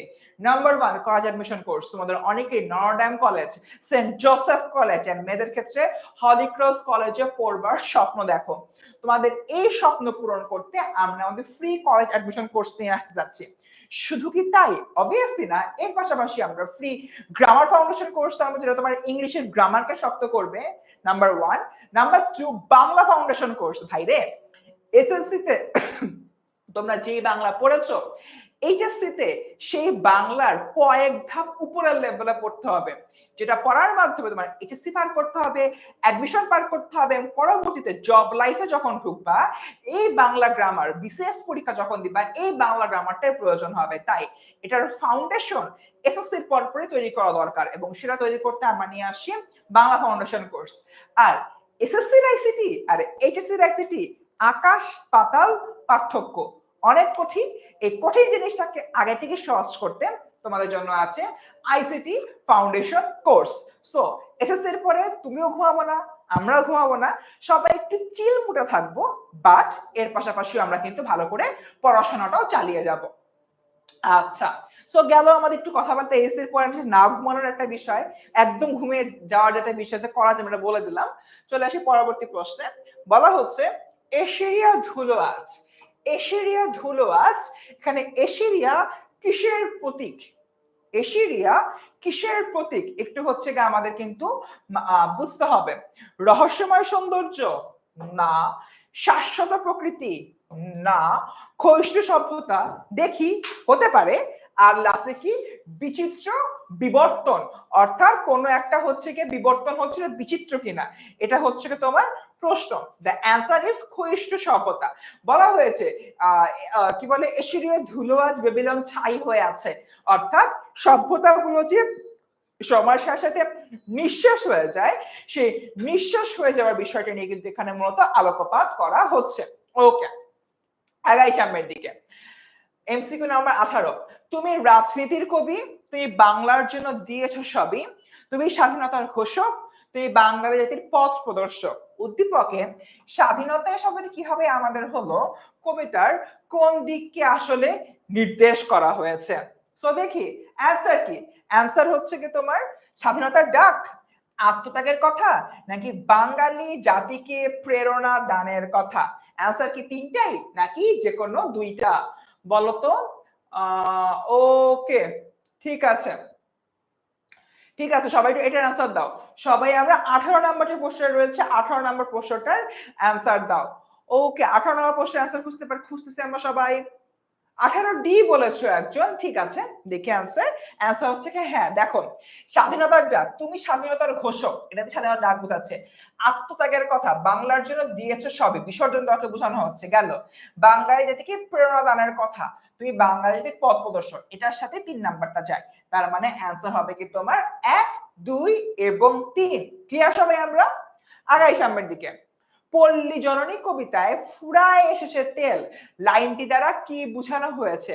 রাতের অবসান হয়েছে, বাতির তেল ফুরিয়ে আসছে, ইত্যাদি ইত্যাদি। বেসিক্যালি এই কবিতায় কিন্তু তোমার দেখানো হচ্ছে যে একটা হলো গিয়ে রুগ্ন সন্তান, তার শিওরে মাতা বসে আছে এবং মায়ের যে কষ্ট, যে অর্থাভাবে ছেলের শুশ্রূষা করতে পারছে না বা চিকিৎসা করাতে পারছে না, এটা এখানে কিন্তু ফুটে ওঠে। এবং মাতা এবং সন্তানের মধ্যে অপত্য স্নেহটা রয়েছে, সে অপত্য স্নেহটা কিন্তু এখানে মূলত ফুটে উঠে। তো দেখি, এটার যেহেতু বোঝানো হচ্ছে ফুরা এসেছে তেল, এর দ্বারা আসলে মৃত্যু ঘনিয়ে আছে, অর্থাৎ কুপির তেল ফুরাচ্ছে, মাতার অসুস্থ ছেলের জীবনের আয়ু ফুরিয়ে যাচ্ছে, এটা এখানে কিন্তু দেখানো হয়েছে। আচ্ছা, এবার আমরা মানুষ কবিতা থেকে একটা এমসিকিউ সলভ করি। আসো। হায় রে ভজনালয়, তোমার মিনারে চড়িয়া ভঞ্জ গায়ে স্বার্থের জয়। এখানে ভঞ্জ বলতে, ভঞ্জ বা ধাপ্পাবাজ বলতে কাদেরকে বোঝানো হয়েছে? এখানে তোমার কাদেরকে বোঝানো হয়েছে? অ্যান্সার দাও। তোমার মিনারে চড়িয়া ভঞ্জ গায়ে স্বার্থের জয়, এখানে ভঞ্জ বলতে কাদের বোঝানো হয়েছে? 20-এর অ্যান্সার দাও সবাই। সবাই 20 নাম্বার প্রশ্নের অ্যান্সার দাও। 19-এর অ্যান্সার ডি, একদম শিওর শট। তোমরা যদি অন্য কোনো জায়গায় অন্য কোনো অ্যান্সার দেখে থাকো, এটা ভুল আছে, ঠিক আছে? ওকে, এটার অ্যান্সার হচ্ছে কি তোমার ধর্মের নামে স্বার্থান্বেষীদের, যারা হচ্ছে কি ধর্মকে পুঁজি করে হচ্ছে কি তোমার নানান রকম নেতিবাচক কাজ করে, তাদের কথাই বেসিক্যালি এখানে বলা হচ্ছে। ওকে স্টুডেন্টস, 20টা কোশ্চেন কিন্তু আমরা সলভ করে ফেললাম। কার কয়টা হইলো একটু কাইন্ডলি কমেন্টে জানাও তো।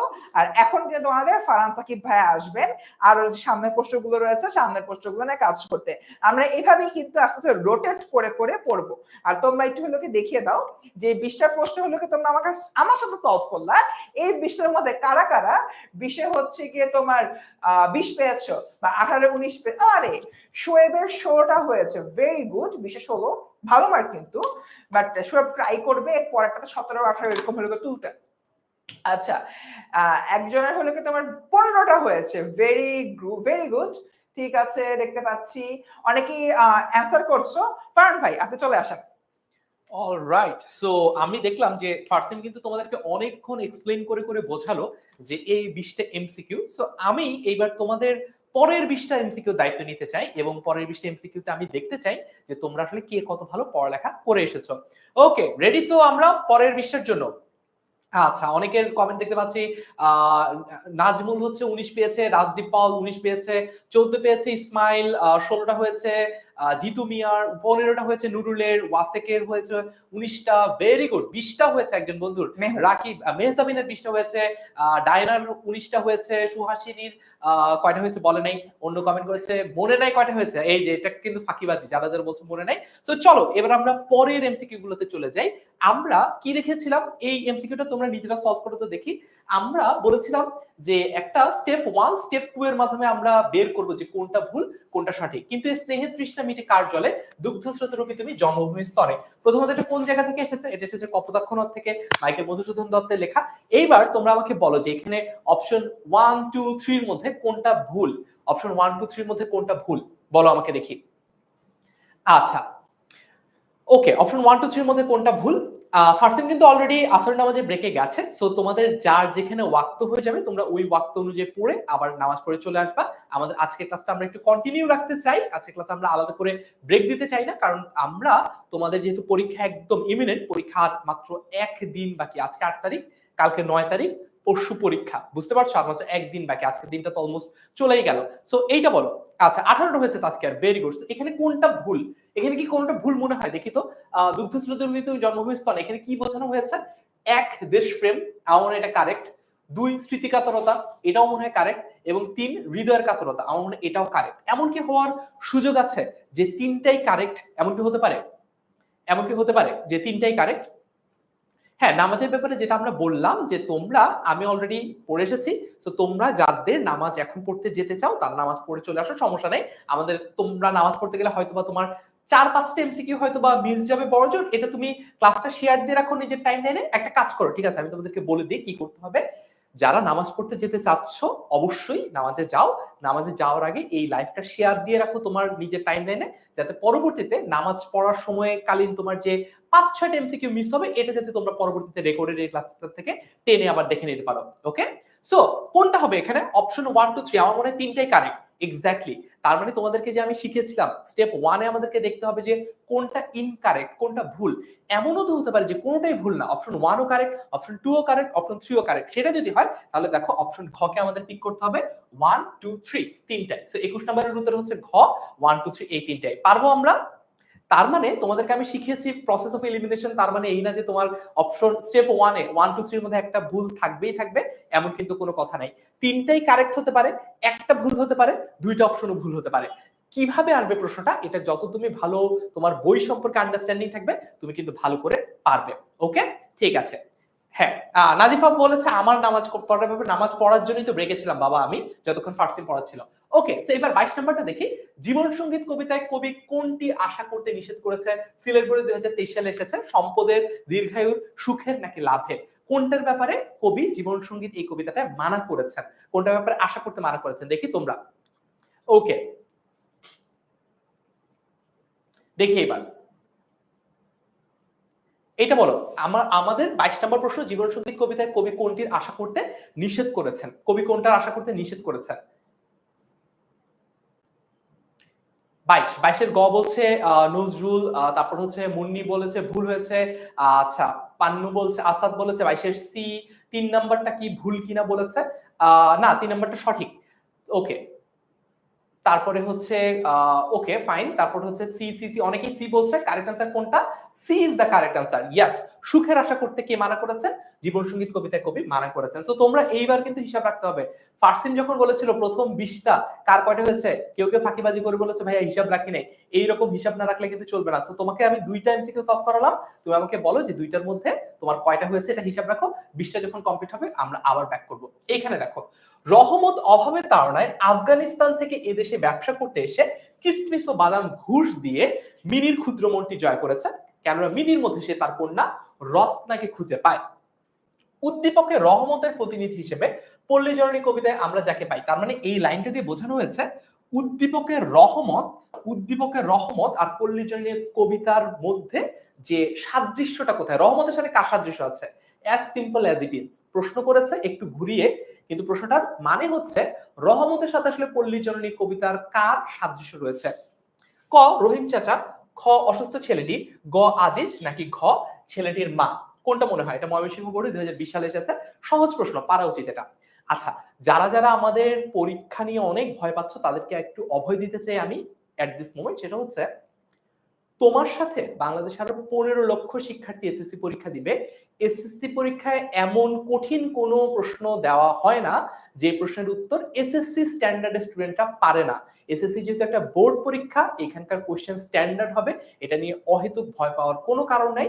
এখানে এমন কোনো কিছু দিবে না যেটা তোমার বই থেকে এসেছে, এমন কোনো কিছু দিবে না যেটা তোমার মনে করো আয়ত্তের বাইরে। হ্যাঁ, অনেক কিছু নতুন মনে হতে পারে, ইউনিক মনে হতে পারে, একটু চিন্তার উদ্রেককারী মনে হতে পারে, যে একটু 2-4 সেকেন্ড সময় নিয়ে তোমাকে চিন্তা করতে হতে পারে, বাট তার মানে এই না যে এমন কোনো প্রশ্ন দিবে যেটা তুমি একদম বুঝতেই পারছো না, এমনটা কিন্তু হবে না।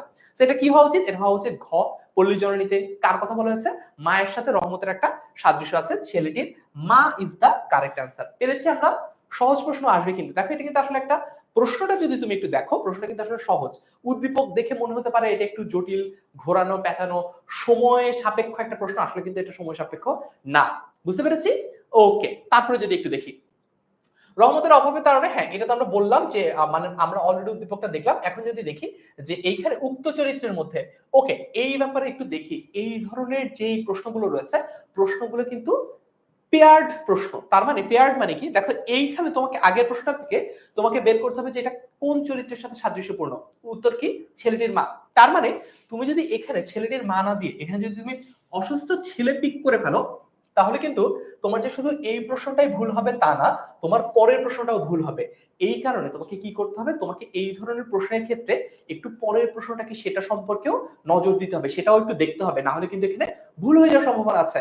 তার মানে কখনো কখনো এমন হয়, আমি যদি তোমাকে বলি বোর্ড পরীক্ষার প্রশ্নে অনেক সময় এরকম হয়েছে আমার নিজের ক্ষেত্রে, যে আমি এই প্রশ্নটা দেখে শিওর না যে অপশন কি এ হবে নাকি বি হবে, পরের প্রশ্নটা সেম প্রশ্নের কিন্তু আরেকটা ভার্সন, ওই প্রশ্নটা দেখে আসলে ক্লিয়ারলি বোঝা যায় আসলে তাহলে কার সাথে সাদৃশ্যপূর্ণ বা কার সাথে বৈসাদৃশ্যপূর্ণ বা কার ব্যাপারে কিসের ব্যাপারে বলা হয়েছে, পরের প্রশ্নটা দেখে এটা বোঝা যায়। এই জন্য এই ধরনের প্রশ্ন আসলে আমরা তাড়াহুড়া করব না।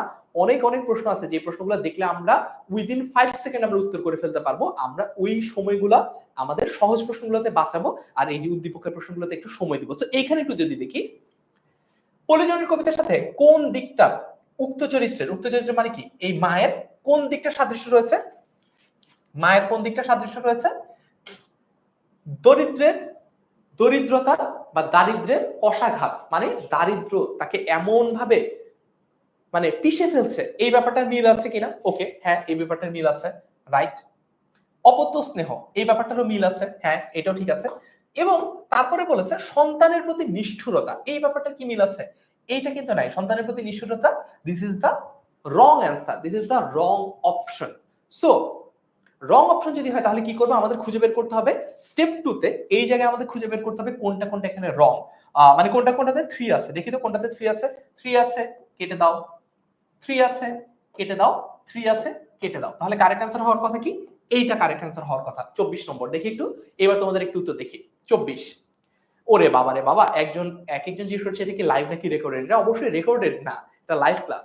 এই ক্লাসের রেকর্ডেড ক্লাসটা তোমরা পাবা আমাদের 10 মিনিট স্কুলের ওয়েবসাইটে গেলে। তোমরা হচ্ছে কি পাবা? 10 মিনিট স্কুলের ওয়েবসাইটে গেলে তোমরা হচ্ছে ফাইনাল রিভিশন লাইভ, এই কোর্সটা ফ্রিতে তোমরা ভর্তি হতে পারবা। এই ফ্রি কোর্সের মধ্যে তোমরা দাগানো বই, যেটা ফারসিম ভাইয়া তোমাদেরকে দাগিয়ে দিয়েছে, একদম ইম্পর্টেন্ট এমসিকিউ গুলা ক্যাটাগরি ওয়াইজ আলাদা করে দিয়েছে, কবি এবং সাহিত্যিকদের জন্মসাল মৃত্যুসাল ইম্পর্টেন্ট ইনফরমেশন গুলো একরকম, শব্দার্থ একরকম, কয়ের জন্য একরকম, ক্ষয়ের জন্য একরকম, এই দাগানো বইটা তোমরা পেয়ে যাবা। আমাদের এই সাজেশন গুলো পাবে, এবং এই যে ক্লাসটা আমি এখন ফেসবুকে লাইভ নিচ্ছি, এই ক্লাসটারও রেকর্ডেড ভার্সন তোমরা আমাদের অ্যাপে এই ফ্রি কোর্সটাতে এনরোল করার মাধ্যমে পেয়ে যাবা। ওকে, 24 ক, যারা যারা বলছো 24 ক, দেখি 24 ক is the correct answer. Very good, 24 ক। আমরা এইবার আমাকে একটু বলো তো যে এই যে তোমাদেরকে আমি শিখালাম কিভাবে বহুপদী সমাপ্তসূচক প্রশ্ন সলভ করতে হয়, এটাকে আমরা বুঝতে পেরেছি কিনা? বহুপদী সমাপ্তসূচক প্রশ্ন কিভাবে সলভ করতে হয় এটাকে আমরা বুঝতে পেরেছি? পারবো এবার? ক্লিয়ার এই ব্যাপারটা? ক্লিয়ার হলে এবার একটু ক্লিয়ার লিখো। এটা যদি ক্লিয়ার হয়, এইটা যদি ক্লিয়ার হয় যে কিভাবে আমরা বহুপদী সমাপ্তসূচক প্রশ্ন সলভ করতে পারবো, ক্লিয়ার হলে একটু ক্লিয়ার বলো। আজকেই কারা প্রথমবারের মতো শিখলাম, কাদের একটু একটু আফসোস হচ্ছে যে ইস, এইটা আগে জানলে স্কুলের যতগুলো পরীক্ষা এতদিন দিয়ে আসলাম, এই পরীক্ষাতে ভুল করতে হতো না, তাই না? ওকে, ঠিক আছে। আজকের ক্লাস শেষ হবে কয়টায়? 7টায় আজকের ক্লাসটা শেষ হবে। 25 নম্বর প্রশ্ন দেখি। আমার পরিচয় কবিতায় বাঙালির বীজ মন্ত্র বলতে কি বোঝানো হয়েছে? বাঙালির ঐতিহ্য গৌরব, বাঙালির সংস্কৃত ঐতিমান এবং বাঙালির মূল প্রেরণা, বাঙালির প্রতিবাদী চেতনা। আমার কাছে মনে হয় এটা বাঙালির মূল প্রেরণা হবে। তোমাদের কাছে কি মনে হয় দেখি, বলো তো দেখি। এটা কি হবে? এইটা কি হবে? আমাদের 25 নম্বর প্রশ্ন। একটু লিখতে হবে 25 এর এ বি সি ডি এভাবে লিখতে হবে। 25 এর এ বি সি ডি এইভাবে একটু লিখতে হবে। দেখি আমরা 25 নাম্বার আমাদের এখন আমরা আছি 25 নম্বরে। 25 এর কত বলো? এ বি সি ডি কি হবে?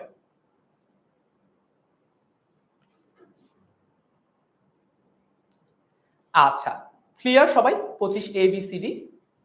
25 এর অ্যান্সার কি? 25 এর অ্যান্সার হচ্ছে C. C is the correct answer. বাঙালির মূল প্রেরণা। আমরা পেরেছি এটা, আমাদের হিসাব রাখতে হবে কিন্তু কার কয়টা হয়েছে, কার কয়টা হয়েছে। আচ্ছা, ওকে ফাইন। যারা যারা এখনো সাজেশন কিভাবে কালেক্ট করবে এটা নিয়ে কনফিউজ, তাদেরকে আমি সবচেয়ে সহজ উপায়টা বলে দিই।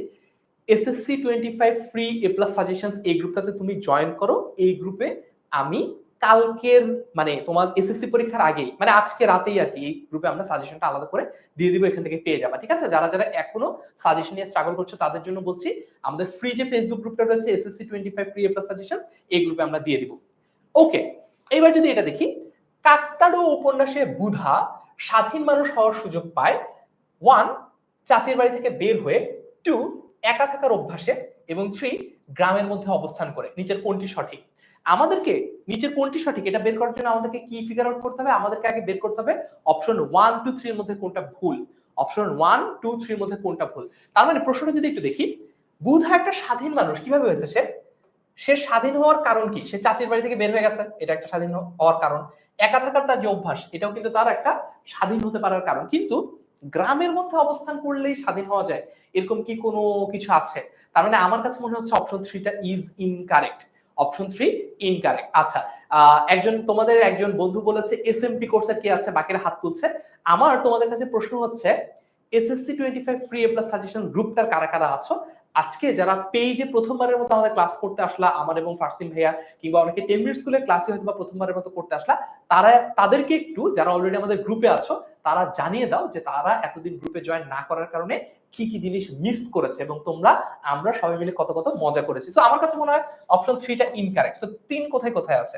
অপশন 3 খতে আছে 3, গতে আছে 3, ঘতে আছে 3। তাহলে কারেক্ট আনসার শুড বি ক। ক should be the correct answer, তাই না? কি মনে হয়? আচ্ছা, যারা জিজ্ঞেস করছো ভাইয়া ক্লাস লাইভ কোথায় পাবা, 10 মিনিট স্কুলের ওয়েবসাইটে যাবা। 10 মিনিট স্কুলের ওয়েবসাইটে ফাইনাল রিভিশন লাইভ এই যে কোর্সটা রয়েছে এই কোর্সের মধ্যে তোমরা পেয়ে যাবা। কিন্তু যদি কারো কোথাও এটা নিয়ে কোনো সমস্যা হয়, তোমরা আমাদের যে গ্রুপটা রয়েছে, যে গ্রুপটার কথা আমি বললাম SSC 25 free A plus suggestions, এই গ্রুপটাতে জয়েন করো। এই গ্রুপটাতে মধ্যে ক্লাসের পরে আমি আর ফারসিন ভাইয়া আমাদের উপর আস্থা বিশ্বাস রাখো, আমরা তোমাদেরকে খালি হাতে এসএসসি পরীক্ষা দিতে পাঠাবো না, সবকিছু বুঝিয়ে দেবো ওখানে। ক্লিয়ার? ওকে, অলরাইট। সো কোনটা ভুল দেখো, যেটা বলছিলাম অপশন বি তে 3 আছে ভুল, ডি তে 3 আছে ভুল, সি তে 3 আছে ভুল। তাহলে ক ইজ দ্য কারেক্ট অ্যান্সার। বুঝতে পেরেছি? 26 নাম্বার ক্লিয়ার? 26 ক্লিয়ার? বুঝতে পেরেছি? আচ্ছা, এইবার আমি একটা মজার প্রশ্ন করি তোমাদেরকে। আমাকে এবার তোমরা একটু হ্যান্ড রেজ করে বলো তো যে আজকে লাইভটা শেয়ার দিয়েছি কারা কারা, দেখি তো। যারা যারা লাইভ শেয়ার দিয়েছো, ও যে তোমাদের ফারসিন ভাই হাত তুলেছে, ফারসিন ভাই বলেছে ও শেয়ার দিয়েছে। সো যারা যারা লাইভ শেয়ার দিয়েছো তাদের নাম আলাদা করে ঘোষণা করা হবে, আলাদা করে শাউট আউট দেওয়া হবে তাদেরকে। সো প্রথমেই আমি ফারসিনকে ধন্যবাদ জানাচ্ছি। ফারসিন ওর পার্সোনাল প্রোফাইল থেকে আজকে লাইভটা শেয়ার দিয়েছে এই কারণে। আচ্ছা, তারপর দেখি বহিপীর নাটকে হঠাৎ আশাতীত কাজ কে করেছে? বরিশাল বোর্ড 2020 সালে এসেছে। বহিপীর হাশেম, তাহেরা নাকি হাতেম? আমরা কিন্তু অলরেডি একটা নিনজা টেকনিকে শিখেছি যে হাশেম বাবা নাকি হাতেম বাবা, কে বাবা, কে বাবা? হাতেম বাবা। কিভাবে মনে রাখবো? কিভাবে মনে রাখবো? হাতেমে তো আছে, পিতাতেও তো আছে, এইভাবে এইভাবে। ঠিক আছে? ওকে, ইয়াশ মন্ডল শেয়ার দিয়েছে, thank you. Sajjad Hossain share করেছে, ভেরি গুড। এই লাইভ ক্লাসটা শেয়ার করে রাখলে কালকেও কিন্তু ক্লাসটা আরেকবার মানে পরীক্ষার আগে দেখে যেতে পারবে, এটা কিন্তু তোমারই উপকার হবে। বুঝতে পেরেছো? সুকি শেয়ার করেছে, আলফি শেয়ার করেছে, ভেরি গুড। তারপরে হচ্ছে আমাদের সাথে জুই মন্ডল এখনো কনফিউজ কিভাবে লাইভটা দেখতে, সাজেশনটা কিভাবে পাবা আমরা আবারও দেখিয়ে দিব। ঠিক আছে? ওকে, সাহিরা হক শেয়ার করেছে, ভেরি গুড। যারা যারা এখনো শেয়ার করে নাই তারা এখন শেয়ার করে ফেলো, তাহলে আমরা পরবর্তীতে কিন্তু এই লাইভটা ক্লাসটা আবার রেকর্ডের অংশে দেখতে পারবো। এটা কি 27 নাম্বার? 27, 27 এর উত্তর কি? 27 এর উত্তর হচ্ছে ডি। 27 এর 4 is the correct answer, Hatem. বুঝতে পেরেছি? হাতেম এই কাজটা করেছে। Okay, very good. তারপরে যদি দেখি কাকতাড়ুয়া উপন্যাসের কেন্দ্রীয় চরিত্র কোনটি? মতিউর, বুধা, শাহাবুদ্দিন নাকি আহাদ মুন্সি? মানে কে হচ্ছে এটার সেন্ট্রাল ক্যারেক্টার? কাকে ঘিরে পুরো আলোচনাটা হয়েছে? কাকে ঘিরে পুরো লেখাটা লেখা হয়েছে? কাকে ঘিরে বলো তো? Very good. স্বামীর বলেছে ভাই, আমি শেয়ার করেছি। একজন হচ্ছে হাশেম বাবানা।